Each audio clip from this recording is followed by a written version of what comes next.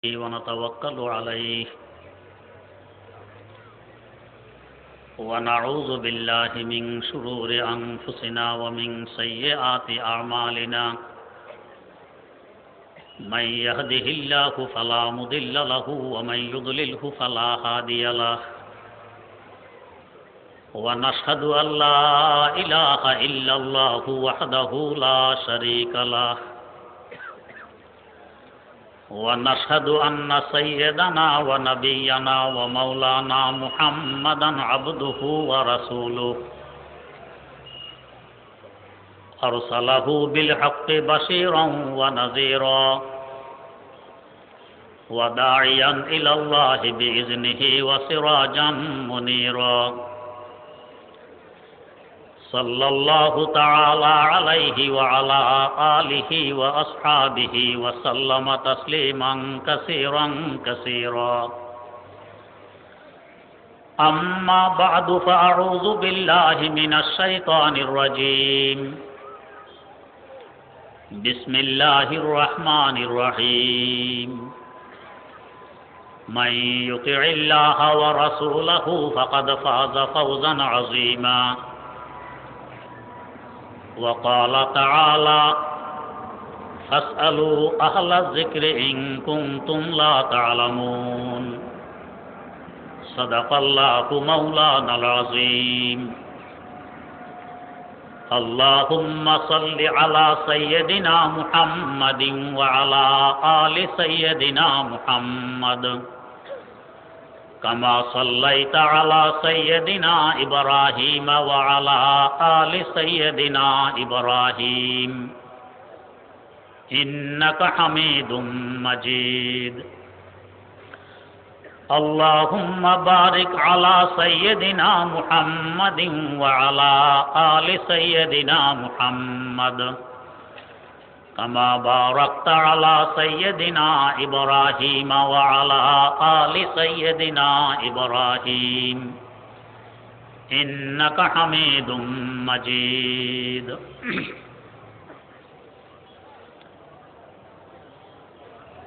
আহলুস সুন্নাত ওয়াল জামাত পরিষদের উদ্যোগে আজকের এই মহাসমাবেশে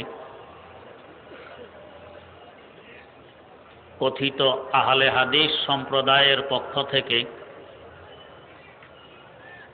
আহলুস সুন্নাত ওয়াল জামাতের উপর যে ধরনের প্রশ্ন উত্থাপন করা হয় এর উত্তর দেয়া আমার আজকের আলোচ্য বিষয়। এদের পক্ষ থেকে প্রশ্ন এক দুটি নয়, বহু প্রশ্ন করা হয়। সকল প্রশ্নের উত্তর তো এক বৈঠকে হয়তো দেয়া সম্ভব হবে না। এর মধ্যে গুরুত্বপূর্ণ এবং মৌলিক কিছু প্রশ্ন এবং তার উত্তর সামনে তুলে ধরার চেষ্টা করছি। ওমা তৌফিকি ইল্লা বিল্লাহ। তাদের প্রশ্নসমূহের মধ্য থেকে একটি প্রশ্ন, আল্লাহ এক, কোরআন এক, রাসূল এক, আমাদের মধ্যে বিভক্তি কেন? এই প্রশ্নটির একটি জবাব তো এভাবে দেয়া যায়, আল্লাহ এক, কোরআন এক, রাসূল এক, এই হিসাবে রাসূলের হাদিসও তো একই হওয়ার কথা। কিন্তু রাসূলের হাদিস কিছু আছে সহিহ, কিছু আছে জয়ীফ, কিছু আছে গরীব, কিছু আছে আজিজ, কিছু আছে মুনকার, কিছু আছে মওযু, কিছু আছে মশহুর এবং কিছু আছে মুতাওয়াতির। আরো অনেক প্রকারের হাদিস আছে। যারা আহলে হাদিস নাম রাখে, হাদিস যেহেতু এত ভাগে বিভক্ত, তাহলে আহলে হাদিসরাও তো এত ভাগেই বিভক্ত হওয়ার কথা। কিছু আহলে হাদিস হবে মশহুর আহলে হাদিস, কিছু হবে মুতাওয়াতির আহলে হাদিস, কিছু হবে সহিহ আহলে হাদিস, কিছু হবে জয়ীফ আহলে হাদিস, কিছু হবে আজিজ আহলে হাদিস, কিছু হবে গরিব আহলে হাদিস, কিছু হবে মুনকার আহলে হাদিস, কিছু হবে মৌজু অর্থাৎ জাল আহলে হাদিস। আহলে হাদিস নাম রাখার কারণে কত ভাগে বিভক্ত হয়ে পড়লাম। এখন আমরা উল্টা প্রশ্ন রাখতে পারি, আল্লাহ এক, কোরআন এক, রাসূল এক, আপনারা এত ভাগে বিভক্ত কেন? 2 নম্বর উত্তর, এত ভাগে বিভক্ত আমরা হইনি। যদিও তারা বলবে তাহলে প্রসিদ্ধতম 4টি মযহাব কেন? মযহাব 4টি ঠিক, কিন্তু এর নাম বিভক্তি নয়। ফরজ এবং হারাম নিয়ে কোনো মযহাবে কোনো রকমের মতানৈক্য নেই, শুধু অধিকাংশ মতানৈক্য উত্তম অনুত্তম, আওলা খেলাফে আওলা এগুলো নিয়েই। যদি বাস্তবেই এই 4 মযহাব মানে 4 ভাগে বিভক্তি হতো, তাহলে এক মযহাব আরেক মযহাবকে গুমরাহ বলে গালি দিত। যেমন কথিত আহলে হাদিস সম্প্রদায় আহলুস সুন্নাত ওয়াল জামাতকে কখনো মুশরিক, কখনো কাফের, কখনো বাতিল ইত্যাদি বলে গালি দেয়। এক মযহাবওয়ালা আরেক মযহাবওয়ালাকেও এভাবে গালি দিত। কিন্তু আজ পর্যন্ত নির্ভরযোগ্য কোনো কিতাবে একথা দেখাতে পারবে না যে এক মযহাবওয়ালা আরেক মযহাবওয়ালাকে গালি দেয়। বরং সকলেই সকলকে শ্রদ্ধার দৃষ্টিতে দেখে। কি পরিমাণ শ্রদ্ধা! শাফিঈ মযহাবের প্রবর্তক ইমাম শাফিঈ রাহিমাহুল্লাহ, তার দাদা উস্তাদ ইমামে আজম ইমাম আবু হানিফা রাহিমাহুল্লাহু তাআলার কবর জিয়ারত করতে এসে বিতিরের নামাজের মধ্যে যেভাবে হানফিরা হাত তোলে এভাবে হাত তুললেন। ওনার মযহাব এভাবে হাত তোলা নয়। জিজ্ঞেস করা হলো, আপনার নিজের মযহাব বাদ দিয়ে ইমামে আজম আবু হানিফা রাহিমাহুল্লাহু তাআলার মযহাব অনুযায়ী আজকে আমল করার কি কারণ? উত্তর দিলেন যে আমার দাদা উস্তাদ এত বড় একজন ইমামের কাছে এসে আমি তার মত অনুযায়ী আমল করব না, এতে আমার লজ্জা বোধ হয়। তার ইজ্জত রক্ষার্থে, তার সম্মানার্থে আমি তার মযহাব অনুযায়ী এখানে আমল করলাম। এবার আন্দাজ করুন এক মযহাবওয়ালা আরেক মযহাবওয়ালাকে কি পরিমাণ শ্রদ্ধা ভক্তি করে। অতএব এতটুকের নাম বিভক্তি নয়। হ্যাঁ, এখন যদি তারা পুনরায় প্রশ্ন উঠায় উত্তম আর অনুত্তম নিয়েই হোক, মতানৈক্য তো হয়ে গেছে, কেন হলো? এর উত্তরে আমরা বলবো এই পরিমাণ মতানৈক্য এবং মযহাব বিভক্তি আল্লাহ রাব্বুল আলামিন করেছেন, এজন্য হয়েছে। তা কিভাবে? একটু খেয়াল করে শোনা লাগবে। আমরা আমাদের দেহ এবং রূহ এই 2টি বস্তুর সমন্বয়ে, শুধু দেহ যদি আছে রূহ নেই তাকে বলা হয় লাশ, যা লাশ শাই এর সংক্ষেপ, অর্থাৎ কোনো বস্তু এ নয়। রূহ চলে গেলে এই লাশের কোনো মূল্য নেই, মূল্যহীন। আবার লাশ নেই, শুধু রূহ আছে, এর উপরও কোনো ইবাদত নেই, তেমন কোনো দায়িত্ব নেই। রূহ এবং দেহের সমন্বয়ে আমরা তখনই আমাদের উপরে অনেক দায় দায়িত্ব বর্তায়। আমাদের দেহকে সতেজ রাখতে হলে দেহকে কিছু খাবার দিতে হয়, তেমনিভাবে রূহকে সতেজ রাখতে হলে রূহকেও কিছু খাবার দিতে হবে। দেহের খাবারকে আমরা আমাদের ভাষায় খাবার বলি, আর রূহের খাবারকে শরীয়তের পরিভাষায় ইবাদত বলে। আমাদের দেহ বর্তমান বিশ্বে প্রায় 700 কোটির মতো দেহ আছে। রূহ সহকারে আমরা এই বিশ্বে বিচরণ করছি। এই 700 কোটি দেহের খোরাক এবং খাবার এক না ভিন্ন? ভিন্ন, এক নয়। যেমন আমাদের এই অঞ্চলে আমাদের এই দেহের প্রধান খাবার ভাত মাছ। 1500 কিলোমিটার পশ্চিমে যান পাকিস্তানে, তাদের প্রধান খাবার রুটি গোশত। আরো 1500 কিলোমিটার পশ্চিমে যান, আরব দেশের খাবার খেজুর, প্রধান খাবার। আরো পশ্চিমে ইউরোপ যান, তাদের প্রধান খাবার আলু। এক এক এলাকার দেহের জন্য এক এক ধরনের খাবার প্রযোজ্য। আমরা যদি শুধু খেজুর খেয়ে বাঁচতে চাই, আমাদের আমাশয় হয়ে যাবে, বাঁচতে পারবো না। আমাদের দেহকে সতেজ রাখতে হলে ভাত মাছ তরি তরকারি দিতে হবে। আবার যদি পাকিস্তানিদেরকে সবসময় ভাত মাছ দেয়া হয় খাওয়ার জন্য, দেহকে সতেজ রাখার জন্য, এরা ভাত মাছ খেয়ে দেহ সতেজ রাখতে পারবে না। সেখানে তন্দ্রা তন্দ্রা ভাব হবে, অলসতা ভাব আসবে। ওদের জন্য রুটি গোশতই প্রযোজ্য। এক এক এলাকার আবহাওয়া, এক এক এলাকার তাহজিব তামাদ্দুনের দিকে লক্ষ্য রেখে আল্লাহ পাক দেহের খোরাককে এভাবে ভাগ করে রেখেছেন।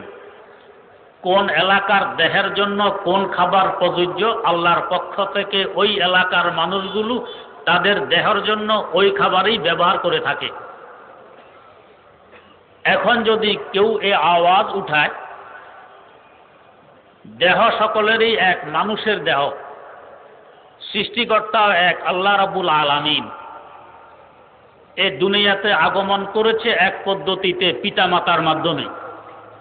খাবার এত প্রকারের কেন হবে?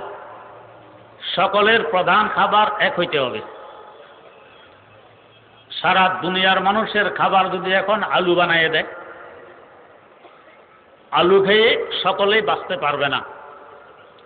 সকলের খাবার যদি খেজুর নির্ধারণ করা হয়, খেজুর খেয়ে সবাই বাঁচতে পারবে না। সকলের খাবার যদি ভাত মাছ নির্ধারণ করা হয়, ভাত মাছ খেয়ে সবাই বাঁচতে পারবে না, সমস্যা হবে। তাই এলাকা হিসাবে আল্লাহ পাকের পক্ষ থেকে খাবারগুলো ভাগ হয়ে গেছে।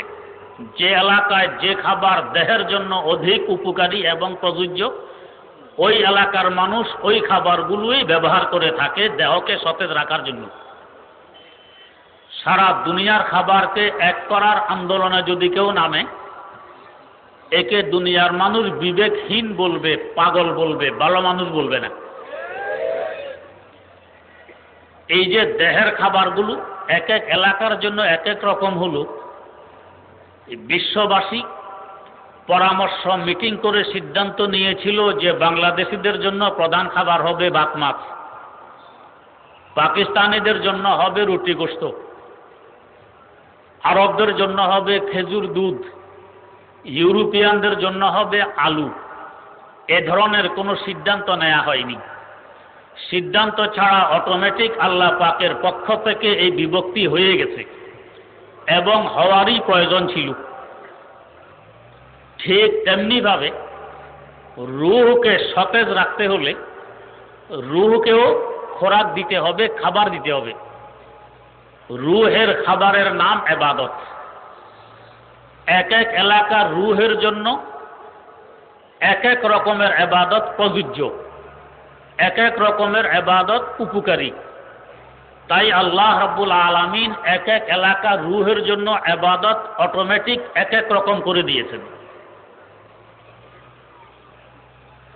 ইরাক থেকে নিয়ে পৃথিবীর পূর্ব দিকের মানুষদের জন্য রূহের খাবার হিসাবে আল্লাহ পাক ঠিক করে রেখেছেন হানাফি মাযহাব অনুযায়ী ইবাদত করা। মধ্যপ্রাচ্যের জন্য আল্লাহ পাক ঠিক করে রেখেছেন হাম্বলি মাযহাব অনুযায়ী ইবাদত করা। পশ্চিমা বিশ্বের জন্য রেখে দিয়েছেন মালিকি মাযহাব অনুযায়ী ইবাদত করা। আফ্রিকাবাসীদের জন্য ঠিক করে রেখেছেন শাফিঈ মাযহাব অনুযায়ী ইবাদত করা। না হয় একটু চিন্তার বিষয়, ইমামু দারিল হিজরা ইমাম মালিক রাহিমাহুল্লাহ জন্মগ্রহণ করেছেন মদিনায়ে মুনাওয়ারা, বসবাস করেছেন মদিনায়ে মুনাওয়ারা, লেখাপড়া করেছেন মদিনায়ে মুনাওয়ারা, শিক্ষকতা করেছেন মদিনায়ে মুনাওয়ারা, ইন্তেকালও করেছেন মদিনায়ে মুনাওয়ারা। তার দফনও হয়েছে বাকিউল গারকাদে, এখনো তার কবরটি চিহ্নিত আছে, কিন্তু তার মযহাব মদিনায়ে মুনাওয়ারায় নেই। চলে গেছে তিউনিসিয়া, চলে গেছে ইউরোপ, চলে গেছে আল মাগরিব। ওই সমস্ত এলাকায় তার মযহাব কে ঠেলে নিল? উনি তো ওই সমস্ত এলাকায় যাননি। আল্লাহ পাকের কুদরত ঠেলে নিয়ে গেছে। ওই এলাকার মানুষের জন্য তার মযহাব অনুযায়ী রুহানি খাবারের ব্যবস্থা করাই প্রযোজ্য। ইমাম শাফি রাহিমাহুল্লাহু তাআলা ছিলেন কুরাইশ বংশের মানুষ।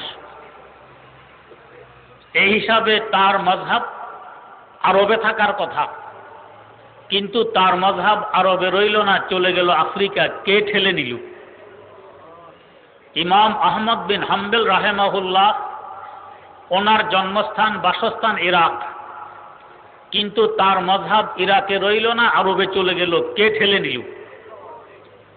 ইমাম আযম আবু হানিফা রাহিমাহুল্লাহু তাআলা, ওনার জন্মস্থান বাসস্থান ইরাক, ইরাক থেকে নিয়ে পূর্ব দিকে ওনার মযহাব চলে আসলো। কে টেনে আনলো? আল্লাহ রাব্বুল আলামিন কুদরতিভাবে এভাবে ভাগ করে দিয়েছেন যে অমুক এলাকার মানুষের জন্য অমুক ইমামের মযহাব অনুযায়ী রুহানি খাবার প্রযোজ্য। না হয় কেউ পরামর্শ করে মিটিং করে সিদ্ধান্ত নেয়নি যে ইরাক থেকে পূর্ব দিকে হানাফি মযহাব চলবে, ও শাফিঈ হাম্বলি মালিকিয়ারা তোমরা কেউ এদিকে আসবে না। আফ্রিকায় শাফিঈ মযহাব চলবে, ও হানাফি তোমরা কেউ এদিকে আসবে না। আরবে হাম্বলি মযহাব চলবে, ও শাফিঈ হানাফি মালিকি তোমরা এদিকে আসবে না। এমন সিদ্ধান্ত তো কেউ নেয়নি। আল্লাহ রাব্বুল আলামিনের কুদরত এভাবে ভাগ করে দিয়েছে। এর কি দলিল, কি প্রমাণ? যেমন একটি দলিল পেশ করছি, যদি কেউ তার স্ত্রীকে তালাক দেয়, তালাকের পর এই স্ত্রীকে ইদ্যত পূরণ করতে হয়। কতদিন ইদ্যত পালন করবে? আল্লাহ রাব্বুল আলামিন কোরআনে কারিমে বলেছেন, ওয়াল মুতাল্লাকাতু ইয়াতারাব্বাসনা বিআনফুসিহিন্না সালাসাতা কুরু। তালাকপ্রাপ্তা মহিলা 3 কুরু ইদ্যত পালন করবে। কুরু কাকে বলে? কুরু বলতে কি বোঝায়? বিভিন্ন অভিধান এবং ডিকশনারি খুলুন, দেখবেন যে কুরুর অর্থ 2টি। একটি অর্থ হল তুহুর মানে পবিত্রতা, আর একটি অর্থ হইল হায়েজ অর্থাৎ মিন্স ঋতু। এখন কুরুর অর্থ হায়েজ হয়, তুহুর হয়। ইমামে আজম আবু হানিফা রাহিমাহুল্লাহ বিভিন্ন দলিল ভিত্তিক রায় দিয়েছেন, এখানে কুরুর অর্থ নিতে হবে হায়েজ, মিন্স আর ঋতু। ইমাম শাফি রাহিমাহুল্লাহ কিছু দলিল ভিত্তিক রায় দিয়েছেন, এখানে কুরুর অর্থ নিতে হবে তুহুর অর্থাৎ পবিত্র অবস্থা। তাই এখন আফ্রিকার অধিবাসীরা তুহুর দিয়ে ইদ্যত পালন করে, আর ইরাক থেকে পৃথিবীর পূর্ব অঞ্চলের মুসলমানেরা হায়েজ তথা মিন্স দিয়ে ইদ্যত পালন করে। এখানে বুঝার বিষয়, যদি এই বিভক্তি আমার আল্লাহর উদ্দেশ্য না হতো, আল্লাহ পাক কুরু শব্দ ব্যবহার করতেন না, হয় হিয়াজ শব্দ ব্যবহার করতেন অথবা আতহার শব্দ ব্যবহার করতেন। ইয়াতারাব্বাসনা বিআনফুসিহিন্না সালাসাতা আতহার এভাবে বলতেন, অথবা সালাসাতা হিয়াজ বলতেন। আল্লাহ পাক হিয়াজ বললেন না, আতহারও বললেন না, বললেন কুরু, যার কারণে 2 ভাগে ভাগ হয়ে গেল। এতে বোঝা যায় আমার আল্লাহ চান এভাবে ভাগ হোক, তাই ভাগ হয়ে গেছে। আল্লাহ না চাইলে এভাবে ভাগ হইত না। তাহলে বোঝা গেল আল্লাহ রাব্বুল আলামিন চেয়েছেন কোরআনে কারিমের মাধ্যমে জগতের মুসলমানরা বুঝে শুনেই এইভাবে চার মযহাবে বিভক্ত হয়ে পড়ে। এটা নিজেদের খাহেশের কারণে নয়, মনচাহি জীবন যাপনের জন্য নয়, আমার আল্লাহ রাব্বুল আলামিনের আদেশ ছিল তাই হয়েছে। এইভাবে যত মাসালার মধ্যে দেখবেন উত্তম অনুত্তম নিয়ে মতানৈক্য আছে, প্রায়গুলোর অবস্থা এমনই হয়। যাই হোক, তো এ গেল একটি প্রশ্নের উত্তর, কেন এত ভাগে বিভক্ত হইলাম। এক নম্বর কথা, এটা আসলে বিভক্তি নয়। আওলা খেলাফে আওলা নিয়ে মতানৈক্য, এটা বিভক্তি বলে না। দুই নম্বর, আওলা আর খেলাফে আওলা উত্তম অনুত্তম নিয়ে যে পরিমাণ বিভক্তি হয়েছে, এটা আমার আল্লাহ রাব্বুল আলামিনই করেছেন, এটা কেউ সলা পরামর্শ করে করেনি। তাকওয়িনী ভাবে এবং তাশরীঈ ভাবে উভয় ভাবে আল্লাহ পাক বিভক্ত করে রেখেছেন। দুই নম্বর তাদের প্রশ্ন, বিশেষ করে হানাফি মাযহাবকে নিয়ে নামাজ সম্পর্কে তারা উত্থাপন করে। কেন নামাজ সম্পর্কে তারা প্রশ্ন উত্থাপন করে, আগে এর রহস্যটা একটু সামনে তুলে ধরি। ঈমানের পর ইসলামের সবচেয়ে গুরুত্বপূর্ণ স্তম্ভ নামাজ। তাই এই নামাজ নিয়েই যদি মানুষকে দ্বিধাদ্বন্দ্বে ফেলে দিতে পারি, সহজে মানুষকে ইসলাম থেকে সরিয়ে আনা যাবে। না হয় ইসলামে অর্থনীতি আছে, ইসলামে রাজনীতি আছে, ইসলামে আরো বহু নীতি আছে। ওই সমস্ত নীতি নিয়ে তাদেরকে কথা বলতে দেখবেন না, শুধু দেখবেন বিশেষ করে নামাজ নিয়ে কথা বলতে। আসল জায়গায় হাত দিয়েছে, কিভাবে মুসলমানদেরকে ইসলাম থেকে সরানো যায়। যদিও নাম দিয়েছে আহলে হাদিস, বাস্তবে যদি আমরা আল্লাহ রাসূল সাল্লাল্লাহু আলাইহি ওয়াসাল্লামের হাদিস অধ্যয়ন করি, তাহলে একথা পরিষ্কার হয়ে যায়, এরা বাস্তবে আহলে হাদিস নয়, এরা বাস্তবে তারেকে হাদিস। হাদিসের উপর যারা আমল করে এদেরকে বলা হবে আমেলে হাদিস। যারা হাদিসের উপর আমল করে না, হাদিস ছেড়ে দেয়, এদেরকে বলা হয় তারেকে হাদিস। এরা এদের এই মারাত্মকতম দোষটি লুকানোর লক্ষ্যে নাম রেখেছে আহলে হাদিস। এই নামটাও এই দেশ প্রায় 200 বছর যাবৎ শোষণ করেছিল পশ্চিমা বেনিয়া গোষ্ঠী, ওদের থেকে মঞ্জুরকৃত এই নাম আহলে হাদিস নাম। আরেকটি সম্প্রদায় এই জগতে আছে, এরা এদের নাম রেখে দিয়েছে আহলে কোরআন। তার মানে আমরা কোরআন মানি, এছাড়া অন্য কিছু মানি না। এদের দাবিতে এরা কোরআনের একটি আয়াতও বাদ দেয় না, সবগুলো মানে এবং মানার চেষ্টা করে। নাম রেখে দিয়েছে আহলে কোরআন।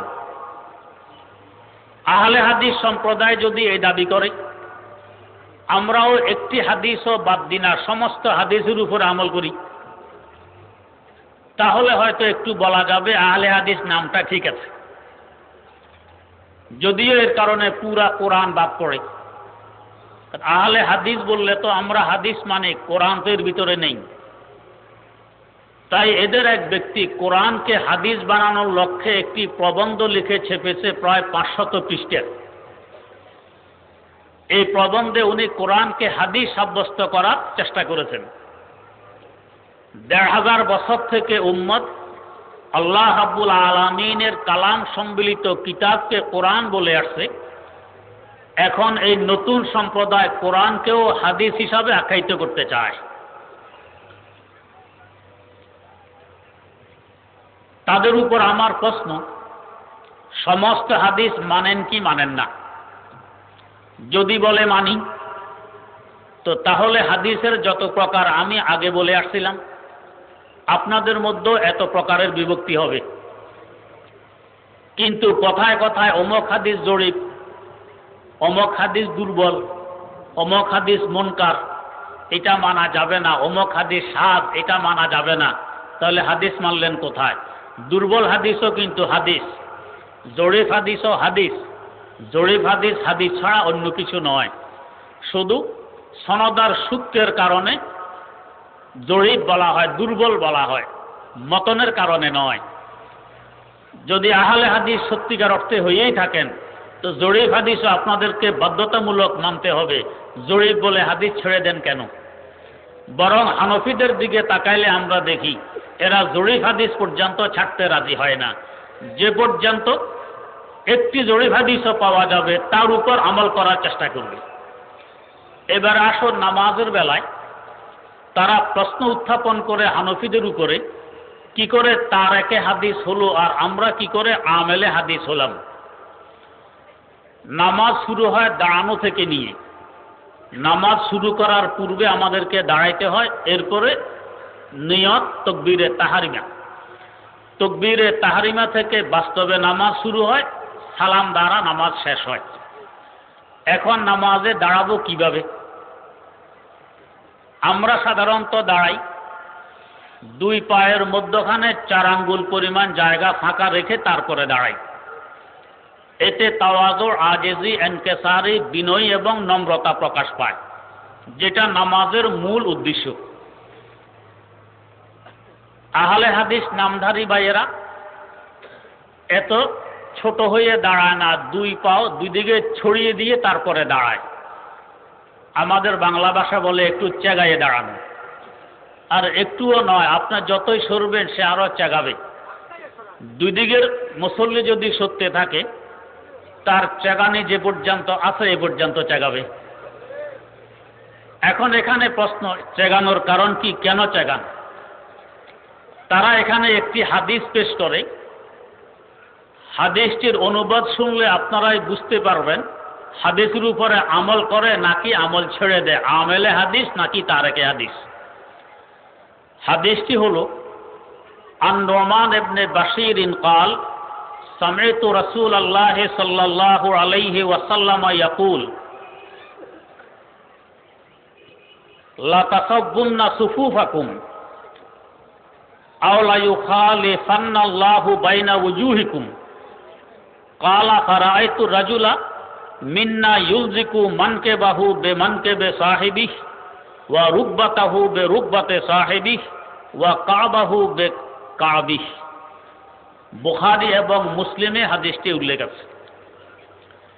এই হাদিসটি বুখারী মুসলিম সহকারে বিভিন্ন হাদিসের কিতাবে তাসবিয়াতুস সুফুফ অধ্যায়ে উল্লেখ করা হয়েছে, সব সোজা করার অধ্যায়ে। তাহলে বোঝা গেল হাদিসটি সব সোজা করার ব্যাপারে, চেগায়ে দাঁড়াবে না খিচে দাঁড়াবে এই ব্যাপারে নয়। 2 নম্বর কথা, হাদিসের শেষ অংশে কাবাহু বেকাবিহি, একজনের পায়ের টাকনু আরেকজনের পায়ের টাকনুর সাথে মিলাবে। হাদিসের শব্দ হইল ইউলজিকু মানকাবাহু, এলজাক মানে হলো মিলানো। একজনের টাকনু আরেকজনের টাকনুর সাথে মিলানো, এই কথাটি হাদিসের শেষ অংশে। শুরু অংশে হইল ইউলজিকু মানকেবাহু বে মানকেবে সাহিবি, একজনের কাঁধ, মানকেব মানে কাঁধ, আরেকজনের কাঁধের সাথে মিলায়। ওয়া রুকবাতাহু বে রুকবাতিহি, একজনের হাঁটু আরেকজনের হাঁটুর সাথে মিলায়। এরপরে হলো একজনের পায়ের টাকনু আরেকজনের পায়ের টাকনুর সাথে মিলায়। এলজাকের আবিধানিক অর্থ হইল মিলানো, এই হিসাবে মিলায় বললাম। এবারে একটু বোঝার চেষ্টা করি।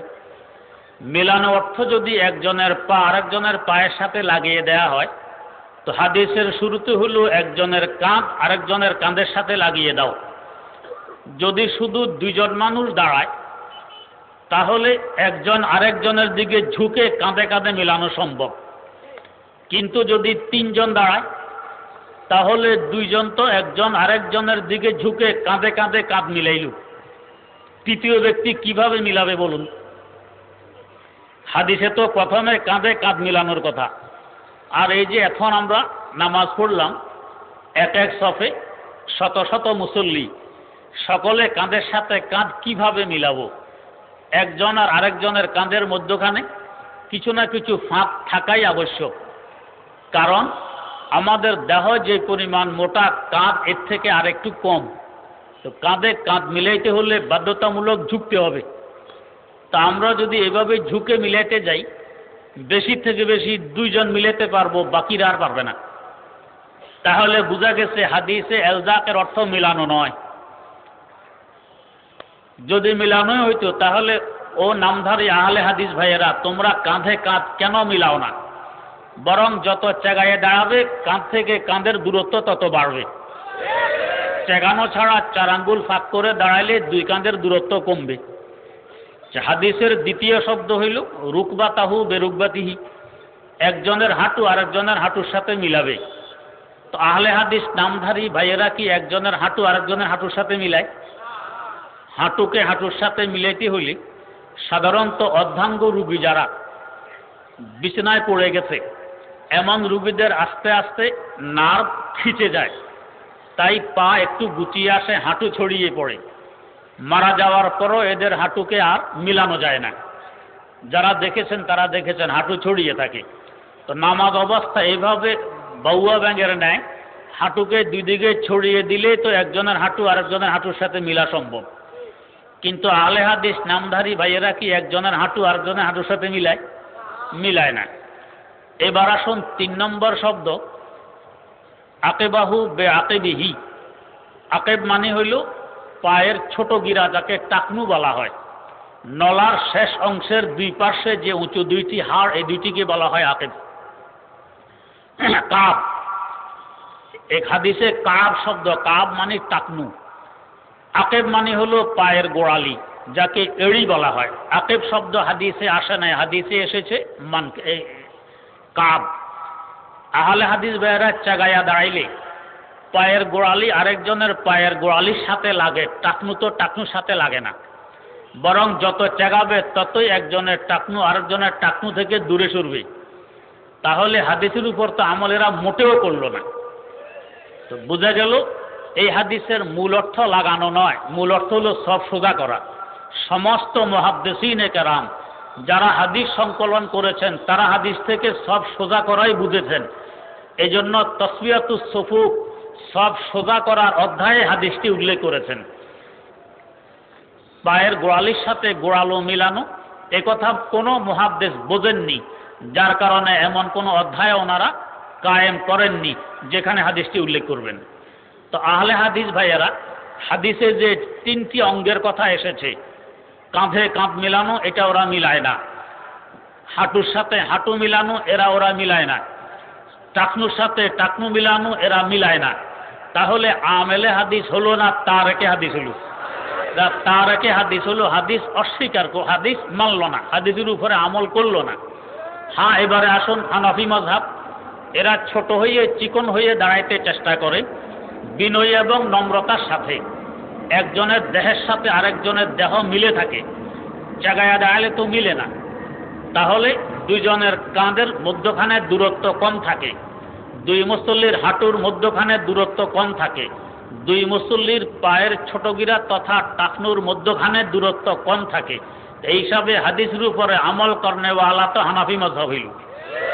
আর উদ্দেশ্য হইল সব সোজা করা। বরং কোন কিতাবে একথা উল্লেখ আছে যে একজন মুসল্লিকে দেখা গেছে তার সিনা সব থেকে সামনে। আল্লাহ রাসূল সাল্লাল্লাহু আলাইহি ওয়াসাল্লাম তখন এই হাদিস বলছেন, তার মানে সকলের সিনাও বরাবর থাকবে, কেউ আগে কেউ পিছনে এমন হবে না। তো হাদিসে শব্দ যদিও এলজাক ব্যবহার করা হয়েছে, এখানে এলজাকের অর্থ মিলানো নয়, এলজাকের অর্থ সব সোজা করা। এই নামাজের দাঁড়ানোর ব্যাপারে একটু বুঝতে পারলাম। 3 অঙ্গের কথা হাদিসে উল্লেখ আছে, কোনো অঙ্গের উপর কথিত আহলে হাদিস ভাইয়েরা আমল করেন না। এই হিসাবে ওনারা তারেকে হাদিস হলেন, আমেলে হাদিস হলেন না। 2 নম্বর, নামাজ শুরু করা হয় তাকবীরে তাহরিমা দিয়ে। তাকবীরে তাহরিমার সময় হাত উপরে তুলতে হয়। হাত উপরে তোলার ব্যাপারে 4 রকম হাদিস বিভিন্ন কিতাবে পরিলক্ষিত হয়। এক রকম হাদিস হল আন আব্দুল্লাহ ইবনে উমর রাদিয়াল্লাহু তাআলা আনহুমা قال كان رسول الله صلى الله عليه وسلم اذا قام الى الصلاه رفع يديه حتى تكون হাজওয়া মানকে বাইহে সুম্মা ইউকাব্বিরু, বুখারী এবং মুসলিমের রওয়ায়াত। তাহলে এই হাদিসে হাজওয়া মানকে বাইহে, হুজুর হাত তুলছেন কাঁধ বরাবর, এই হাদিসে পাওয়া গেল কাঁধ বরাবর। 2 নম্বর হাদিস, আন ওয়াইল ইবনে হুজরিন রাদিয়াল্লাহু আনহু قال رأيت رسول الله صلى الله عليه وسلم حين افتتح الصلاة رفع يديه حيال أذنيه। حيال মানেও হাজবুন, মানে কান বরাবর, হাজবুন মানে বরাবর, হুজুরে কান বরাবর হাত তুললেন আর একটু উপরে উঠাইলেন। আগের হাদিসে কাঁধ বরাবর, এই হাদিসে কান বরাবর। আর আরেক রাওয়ায়াতে আছে ইয়ারফাউ ইবহামাইহি ফিস সালাতি ইলা শাহমাতে উযুনাইহি, কানের লতি বরাবর হাত তুলছেন, কান থেকে আরেকটু উপরে হইল। 4 নম্বর রাওয়ায়াত, আন ওয়াইল ইবনে হুজরিন قال আতাইতুল মদিনাতা ফারাআইতুহুম ইয়ারফাউনা আইদিয়াহুম ইলা সুদুরহিম ফি ইফতিতাহিস সালাহ। নামাজ শুরু করার সময় হাত উঠায় বুক পর্যন্ত। সদরনের বহু বচন সুদূর, সদর মানে বুক। তাহলে 4 রকমের রাওয়ায়াত পাইলাম। এক রাওয়ায়াত হইল বুক পর্যন্ত, এক রাওয়ায়াত কাঁধ পর্যন্ত, এক রাওয়ায়াত কানের লতি পর্যন্ত, আর আরেক রাওয়ায়াত আছে কানের উপর পর্যন্ত। এটাও বুখারী মুসলিমের রাওয়ায়াত। রাওয়ায়াত হলো ফুরুআ উযুনাইহি, অর্থাৎ আলাহা, কানের উপর পর্যন্ত হাত তুলতেন। 4 প্রকার রাওয়ায়াত পাইলাম। নামধারী আহলে হাদিস ভাইয়েরা নামাজ শুরু করার সময় বুক পর্যন্ত হাত তোলেন, এর উপরে হাত তোলেন না। বুক পর্যন্ত হাত তোলার হাদিসের কি অবস্থা একটু পরে বয়ান করছি। যাক, এক হাদিসের উপরে আমল করলেন, মেনে নিলাম। বাকি যে আরো 3টি হাদিস হয়ে গেছে বুখারী এবং মুসলিমে, কানের লতি পর্যন্ত, কাঁধ পর্যন্ত, কানের উপর পর্যন্ত, এই 3 রাওয়ায়াত ছেড়ে দিলেন। তো এক রাওয়ায়াত মানলো, 3টা ছাড়লো। 4 ভাগের 1 ভাগ মানলো, 3 ভাগ ছাড়লো। 16 আনার 4 আনা মানলো, 12 আনা ছাড়লো। তো ছাড়ার সংখ্যা বেশি না মানা সংখ্যা বেশি? ছাড়ার সংখ্যা বেশি। তাহলে এই হিসাবে হাদিস মাননেওয়ালা বলা হবে না হাদিস ছাড়নেওয়ালা বলা হবে? আমেলে হাদিস বলা হবে না তার একে হাদিস বলা হবে? তার একে হাদিস বলা হবে। হাদিস তো মানল না, ছেড়ে দিল। এবার আসুন একটু হানাফি মযহাবে। হানাফি মযহাব এমন একটি মযহাব, আল্লাহ রাসূল সাল্লাল্লাহু আলাইহি ওয়াসাল্লামের হাদিস দুর্বল হলেও যথাসাধ্য হাদিস যাতে বাদ না পড়ে আমল করার চেষ্টা এই মযহাবে করা হয়। তাই এই মযহাবে এমনভাবে হাত তোলার নিয়ম যে যাতে আমাদের বৃদ্ধাঙ্গুলির মাথা কানের লতি বরাবর হয়, এতে লতি বরাবর হাত তোলার হাদিসের উপরে আমল হবে। অন্য আঙ্গুলগুলো কানের উপর পর্যন্ত বরাবর হবে, তাহলে কানের উপর পর্যন্ত হাত তোলার হাদিসের উপর আমল হইল। হাতের তালু কাঁধ বরাবর হবে, তাহলে কাঁধ বরাবর হাত তোলার হাদিসের উপরও আমল হলো। তাহলে 3 হাদিসের উপরে আমল করলো হানাফি মযহাবের পুরুষেরা, আর বুক পর্যন্ত হাত তোলার উপরে আমল করলো হানাফি মযহাবের নারীরা। তার মানে 4 হাদিসের উপরে আমল হয়ে গেল, একটাও বাদ পড়লো না। তাহলে এবার বলুন, হানাফি মযহাবরা বাস্তবে আহলে হাদিস কিনে? এরা না আমেলে হাদিস হইল, আর ওরা তারেকে হাদিস হইল। এরা হাদিসের উপরে আমল করলো, ওরা হাদিস ছেড়ে দিল। এবার আসুন, বুক পর্যন্ত হাত তোলার হাদিসের উপরে কেন হানাফি মযহাবের মহিলারা আমল করে, পুরুষরা করলে সমস্যা কিসের? এর কারণ হইল হযরত ওয়াইল ইবনে হুজর রাদিয়াল্লাহু তাআলা আনহু হাদিস রাওয়ায়াত করেন। মুআজামে তাবরানী আল কবীরে হাদিসটি উল্লেখ আছে যে মহিলারা হাত তুলবে তাদের স্তন পর্যন্ত। এই হাদিস দ্বারা বোঝা যায় বুক পর্যন্ত হাত তোলার হুকুমটা হলো মহিলাদের, আর বাকি কাঁধ, কানের লতি এবং কানের উপর পর্যন্ত হাত তোলার হাদিস হলো পুরুষের। এজন্য হানফিরা মহিলাকে বুক পর্যন্ত হাত তুলতে বলে আর পুরুষদেরকে আরো উপরে তুলতে বলে। তাহলে এরা সকল হাদিসের উপরে আমল করনেওয়ালা হইল, আমেলে হাদিস হইল। আর ওরা তারেকে হাদিস হইল, আমেলে হাদিস হতে পারল না। দ্বিতীয় কারণ, মহিলাদের প্রত্যেকটি ক্ষেত্রে পর্দার লক্ষ্য রাখা হয় খুব গুরুত্বের সাথে, এটা ইসলামের বিধান। তাই মহিলারা যদি কানের উপর পর্যন্ত কিংবা লতি পর্যন্ত হাত তুলতে যায়, তো তাহলে হয়তো হাতটি পর্দা থেকে বেরিয়ে আসবে, আর বুক পর্যন্ত হাত তুললে তাদের দোপাট্টার ভিতরে হাত থাকবে, পর্দা লঙ্ঘন হবে না। এই কারণেও হানাফি মযহাবওয়ালারা বলে মহিলারা হাত তুলবে বুক পর্যন্ত আর পুরুষরা তুলবে আরো উপর পর্যন্ত, যাতে সকল হাদিসের উপরে আমল হয়। আল্লাহর নবীর প্রত্যেকটি হাদিস যাতে জিন্দা থাকে, কোনো হাদিস যাতে বাদ না পড়ে, মারা না যায়। 3 নম্বর প্রশ্ন, হাত তো তুললাম, এরপরে হাত রাখবো কোথায়? হাত তোলার পরে কি সোজা ছেড়ে দিব, না হাত বেঁধে রাখবো? এই হাতটি রাখবো কোথায়? এই সম্পর্কে 2 ধরনের হাদিস। 1 নম্বর হাদিস, আন হালাবিন রাদিয়াল্লাহু তাআলা আনহু قال কানা রাসূলুল্লাহ সাল্লাল্লাহু আলাইহি ওয়াসাল্লাম ইয়াউম্মুনা ফায়াখুযু শিমালাহু বিয়ামিনিহি। হযরতে হালাব রাদিয়াল্লাহু তাআলা আনহু বলেন, হযরত রাসূল আকরাম সাল্লাল্লাহু আলাইহি ওয়াসাল্লাম ইমামত করে আমাদেরকে নামাজ পড়াইলেন। তিনি ওনার ডান হাত বাম হাতের উপর রাখলেন। তিরমিজি শরীফে হাদিসটি আছে।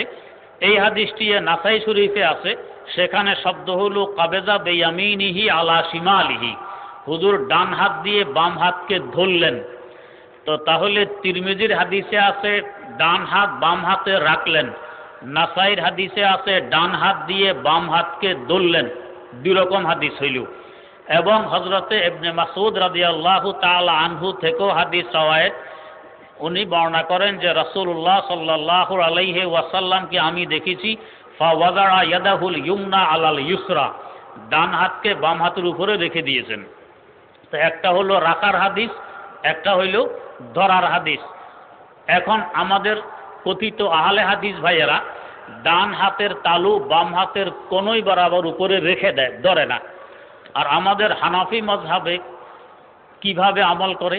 হানাফি মযহাব বলে কনিষ্ঠ এবং বৃদ্ধাঙ্গুলি দিয়ে হাতকে ভালো করে ধরবে, আর অনামিকা মধ্যমা এবং তর্জনে দিয়ে হাতের উপর রেখে দিবে। তাহলে রাখার হাদিসের উপরও আমল হবে, ধরার হাদিসের উপরও আমল হবে। তো কথিত আহলে হাদিস ভাইয়েরা এক হাদিস ধরলেন আর এক হাদিস ছেড়ে দিলেন, অর্ধেক হাদিস মানলেন আর অর্ধেক ছেড়ে দিলেন। তো তাহলে আমেলে হাদিস হলো না, তার একে হাদিস হলো। আর হানাফি মযহাব একটাও ছাড়লো না, যে ধরার হাদিসের উপরও আমল করতে হবে অনামিকা মধ্যমার তর্জনে দিয়ে, আর ধরার হাদিসের উপর আমল করতে হবে কনিষ্ঠ এবং বৃদ্ধাঙ্গুলি দিয়ে ধরে, আর রাখার হাদিসের উপরে আমল করতে হবে অনামিকা তর্জনী এবং মধ্যমা আঙ্গুলি দিয়ে। উভয় হাদিসের উপরে আমল হয়ে যাবে। তাহলে হানাফি মযহাবওয়ালারা উভয় হাদিসের উপরে আমল করলো, এরা আমেলে হাদিস হইল। আর ওরা একটা ছাড়লো একটা ধরলো, এই হিসাবে তার একে হাদিস হইল। এবারে প্রশ্ন, ধরার কথা বুঝলাম, হাত রাখবো কোথায়?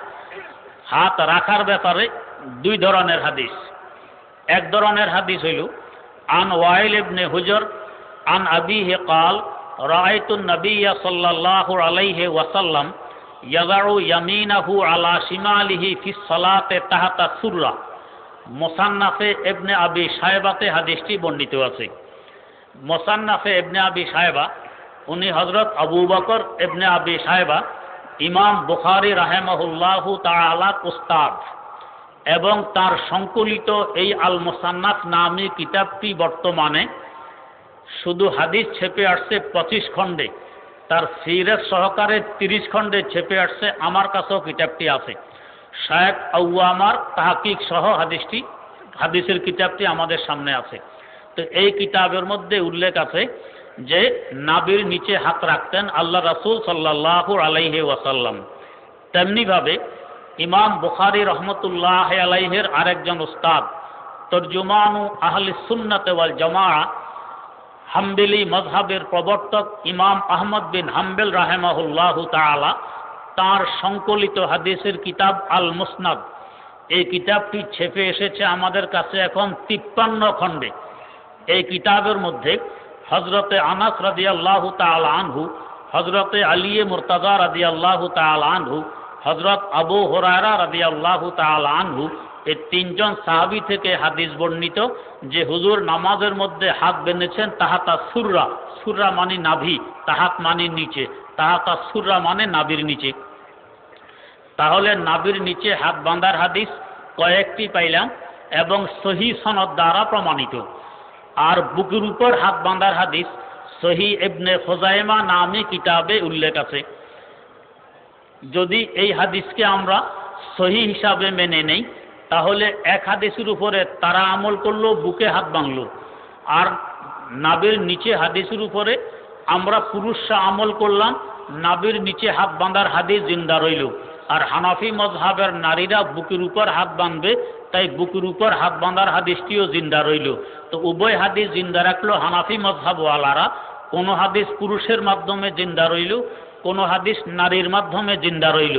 তাহলে উভয় হাদিসটি জিন্দা এবং আমলে পরিণত হইল। আহলে হাদিস এবং আমেলে হাদিস এই হিসাবে কারা হয়? হানফিরা হয়। আর ওরা এক হাদিস ধরলো, পুরুষ নারী সকলেই বুকে বাঁধলো, নাভির নিচের হাদিস ছেড়ে দিল, তাহলে তারা তারেকে হাদিস হলো, আমেলে হাদিস হইল না। এবারে প্রশ্ন, পুরুষরা কেন বুকের উপর বাঁধে না, নারীরা বুকের উপর বাঁধবে? নারীরা নাভির নিচে, পুরুষেরা বুকের উপরে বাঁধলে সমস্যা কি? এখানেও ওই কথাটি আসবে যে নামাজের মধ্যে বিনয় এবং নম্রতা সহকারে দাঁড়াইতে হয়। কারণ আমি কার দরবারে দাঁড়াইছি একটু লক্ষ্য রাখা উচিত। আমি আল্লাহ রাব্বুল আলামিনের দরবারে দাঁড়াইয়াছি। বুকের উপর যদি একেবারে বাহাদুরের ন্যায় হাত বাঁধা হয়, এটা বিনয় আর নম্রতা পরিপন্থী হয়। এই জন্য হানাফি মজহাব পুরুষদের জন্য ওই হাদিসকে আমল করতে বলা হয়েছে যে হাদিসে নাভির নিচে হাত বাঁধলে বিনয় আর নম্রতা অধিক প্রকাশ পায়। আল্লাহ পাকের দরবারে এভাবে দাঁড়াতে হয়। আর নারীদের যেহেতু পর্দা লক্ষ্য রাখতে হয়, তাই নাভির নিচে হাত বাঁধার তুলনায় তারা বুকের উপর বাঁধবে। এখানে আর একটু কথা বুঝার আছে।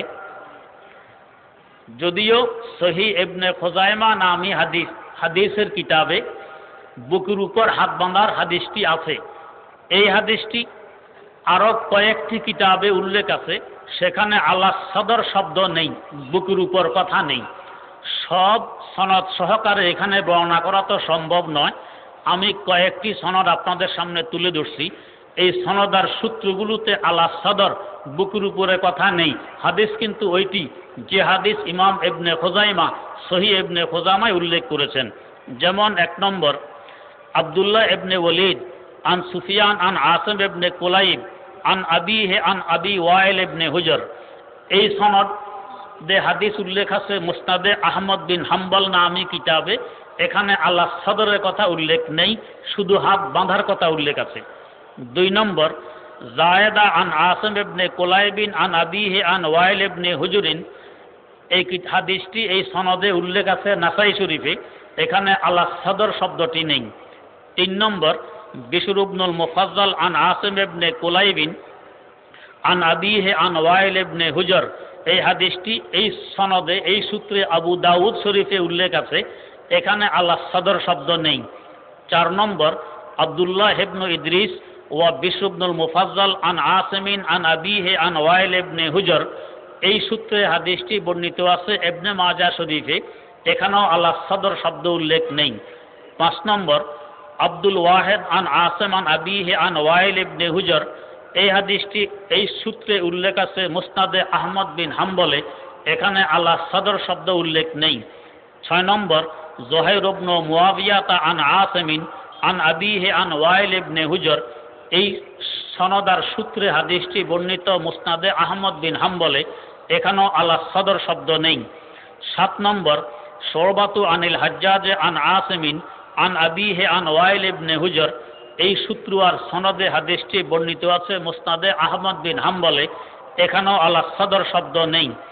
8 নম্বর, সালাম ইবনে সুলাইমিন আন আসিমিন আন আবিহি আন ওয়াইল ইবনে হুজর। এই হাদিসটি উল্লেখ আছে মুসনাদে তয়ালিসিতে, এখানেও আল্লাহ সদর শব্দ নেই।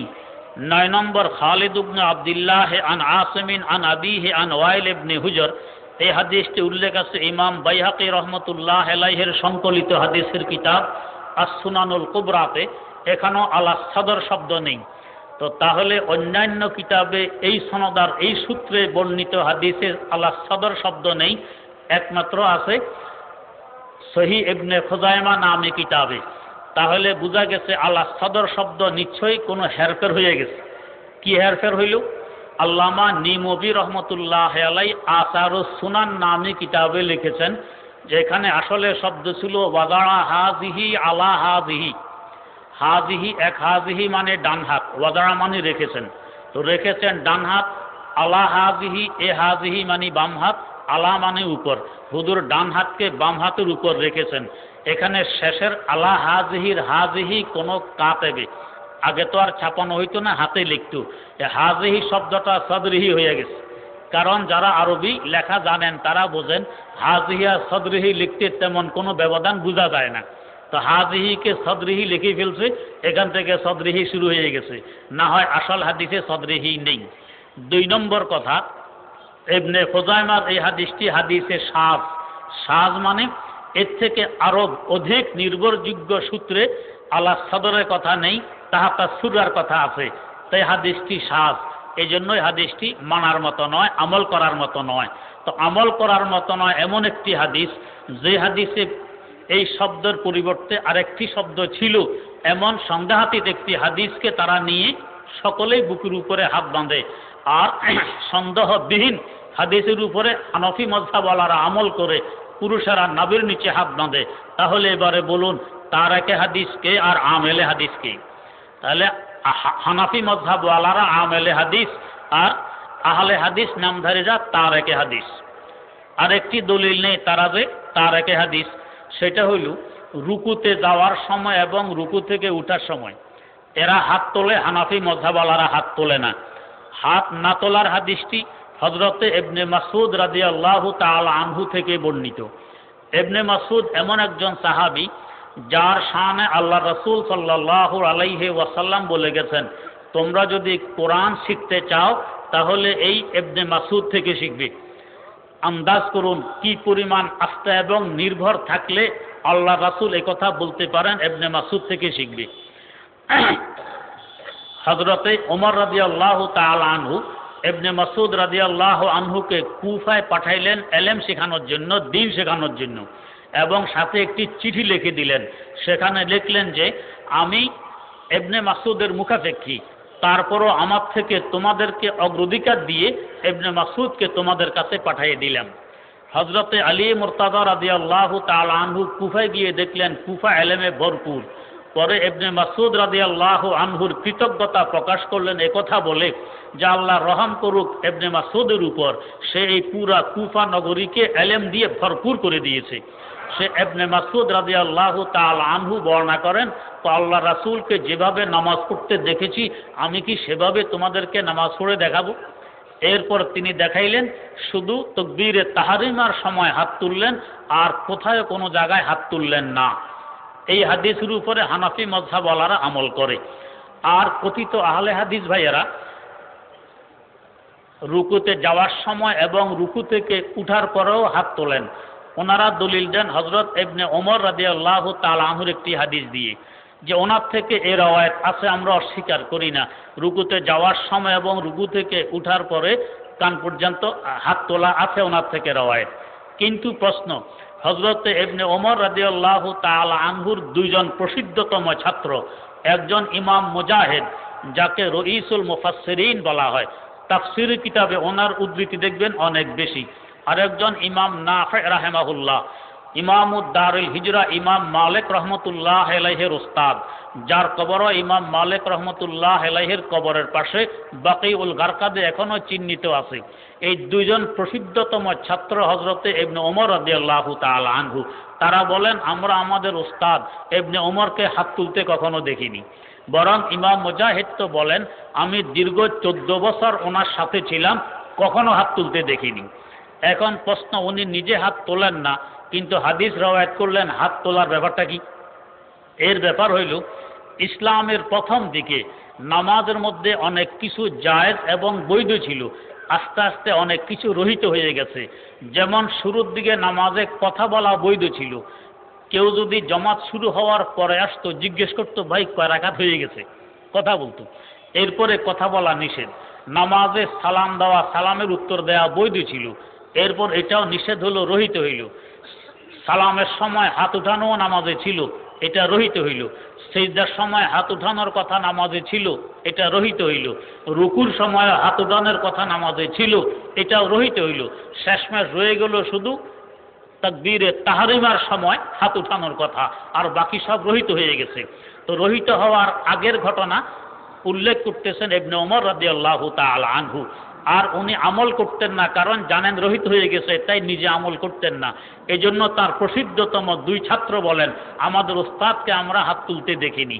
তো তাহলে এবার বোঝা গেছে বাস্তবে হাত তোলার হাদিস একটি রইল, হযরত ইবনে মাসউদ রাদিয়াল্লাহু তাআলা আনহু।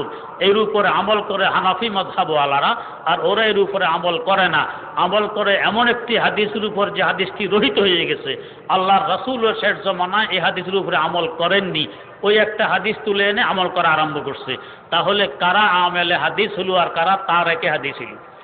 বোঝা গেল হানাফি মাযহাবওয়ালারাই আমেলে হাদিস, হাদিসের উপরে আমল করে, আর আহলে হাদিস নামধারী ভাইয়েরা তারেকে হাদিস, এরা হাদিসের উপরে আমল করে না, বরং হাদিস ছেড়ে দেয়। আজান মনে হয়ে গেছে চতুর্দিকে, আরেকটি কথা বলে শেষ করতেছি। হাদিসের উপরে আমল করার দাবি রাখে ঠিক, কিন্তু হাদিস বুঝতে হলে যে তাকলিদ এবং মযহাব মানা অপরিহার্য, এই কথা বুঝে না আসার দরুন হাদিস বুঝার মধ্যে কি পরিমাণ ভুল করে একটু আন্দাজ করুন। যেমন আমাদের উপরে আরেকটি প্রশ্ন করে, তো তারাবি তোমরা কেন 20 রাকাত পড়ো, আমরা তো 8 রাকাত পড়ি। এরা 8 রাকাতের সপক্ষে যেই দলিল হিসাবে একটি হাদিস পেশ করে, হাদিসটি বুখারী শরীফে উল্লেখ আছে, কিন্তু এই হাদিসে তারাবি শব্দ নেই। আর আমরা 20 রাকাতের ব্যাপারে যে সমস্ত হাদিস, 20 রাকাতের ব্যাপারে যে সমস্ত আসার, 20 রাকাতের ব্যাপারে তাবেঈদের যে সমস্ত ফতোয়া উল্লেখ করি, এই হাদিস, আসার এবং ফতোয়াগুলিতে তারাবি শব্দ উল্লেখ আছে। তাহলে বোঝা গেছে তোমাদের 8 রাকাতের নামাজ এটা আসলে তারাবি নয়, এটা তাহাজ্জুদের নামাজ। এই জন্য ইমাম বুখারী রহমতুল্লাহ আলাইহি হাদিসটি তাহাজ্জুদের অধ্যায়ে উল্লেখ করেছেন, কিয়ামুল লাইল অধ্যায়ে উল্লেখ করেছেন, আর এক জায়গায় তারাবি অধ্যায়ে উল্লেখ করে হাদিসের মধ্যে তারাবি শব্দ উল্লেখ করতে পারেননি। তাহলে বোঝা গেছে হাদিসটি তারাবির নয়, এই হাদিসটি হলো তাহাজ্জুদের। এই হাদিসটি বুঝার মধ্যে কেমন ভুল করে একটু আন্দাজ করুন। যেমন এই হাদিসটি হযরত আয়েশা সিদ্দিকা রাদিয়াল্লাহু তাআলা আনহা থেকে বর্ণিত। আন আবি সালামাত ইবনে আব্দুর রহমান আন্নাহু সাআলা আয়েশা রাদিয়াল্লাহু আনহা কাইফা কানাত সালাতু রাসূলিল্লাহ সাল্লাল্লাহু আলাইহি ওয়াসাল্লাম ফি রমাদান। তো রমজান মোবারকে হুজুরের নামাজের ধরন কেমন ছিল, কত রাকাত পড়তেন, এই প্রশ্ন নয়। প্রশ্ন হলো কাইফিয়ত সম্পর্কে, ধরন সম্পর্কে নামাজ কেমন ছিল। হযরত আয়েশা সিদ্দিকা রাদিয়াল্লাহু তাআলা আনহা উত্তর দিলেন, কালাত মা কানা ইয়াজিদু ফি রমাদানা ওয়ালা গায়রিহি আলা 11 রাকাতান। হুজুর রমজান এবং রমজানের বাইরে 11 রাকাতের বেশি পড়তেন না। তাহলে এই হাদিসে হযরত আয়েশা রমজানের বাইরের 11 মাসকে শামিল করলেন। বোঝা গেল সামনে যে নামাজের কথা উনি বলতেছেন, এই নামাজটি রমজান এবং রমজানের বাইরে পুরা 12 মাসেই পড়া হয়। এটা শুধু রমজানের নামাজ নয়, শুধু রমজানের হলে তাহাজ্জুদ হইতো না, তারাবি হইতো। যা রমজান এবং রমজানের বাইরের নামাজ, এটা হলো তাহাজ্জুদ।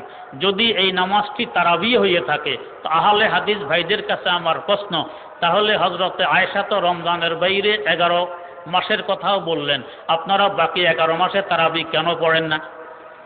2 নম্বর কথা, হযরত আয়েশা বলতেছেন ইউসাল্লি 4 রাকাতিন, হুজুর এক সালামে 4 রাকাত পড়তেন। আমার আহলে হাদিস ভাইদের কাছে প্রশ্ন, আপনারা তারাবি 2 রাকাত পড়ে সালাম কেন ফিরান? যে হাদিস দিয়ে তারাবির নামাজ 8 রাকাত হওয়ার দলিল দেন, ওই হাদিসে তো একসাথে 4 রাকাতের কথা আছে, আপনারা কেন 2 রাকাতের পরে সালাম ফিরান?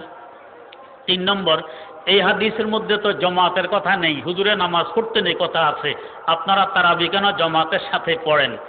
4 নম্বর কথা, এই হাদিসের শেষের দিকে আছে সুম্মা ইউসাল্লি সালাসান, এরপরে হুজুর 3 রাকাত পড়তেন বিতির। তাহলে এই বুখারীর হাদিস দ্বারা বিতির 3 রাকাত প্রমাণিত হয়, তো আপনারা 1 রাকাত কেন পড়েন? তাহলে এই এক হাদিসের মধ্যে কতগুলো সমস্যা আপনারা দেখলেন। এত সমস্যা সামনে রেখে কোন লজ্জায় দলিল দেয় যে এই দলিলে আমরা তারাবি 8 রাকাত পড়ি? আল্লাহ রাব্বুল আলামিন মাফ করুক। আর আমরা যে 20 রাকাতের দলিল দেই, মুসান্নাফে ইবনে আবি শায়বা নামে কিতাবে হাদিসটি বর্ণিত। এই হাদিসটি পেশ করলে তারা আমাদের একজন রাবিয়ার বর্ণাকারীর নাম বলেন উনি জড়িফ, উনি দুর্বল, তাই এই হাদিসের উপরে আমল করা যাবে না। আমার প্রশ্ন, আহলে হাদিস নামধারী ভাইয়েরা জানাজার নামাজের মধ্যে সূরা ফাতিহা পড়াকে ওয়াজিব বলে থাকেন, এই সূরায়ে ফাতিহা পড়ার কথা যে হাদিসে উল্লেখ আছে সে হাদিসটিও এই সূত্র আর এই সনদে, যেই সনদের মধ্যে আমাদের রাবিকে ওনারা দুর্বল বলে হাদিসটি বাদ দিয়ে দেন, ওনাদের সনদে এই রাবি উল্লেখ আছে। তাহলে জানাজার নামাজের সূরায়ে ফাতিহা কেন ওয়াজিব হবে? এই রাবি তো ওইখানেও আছেন।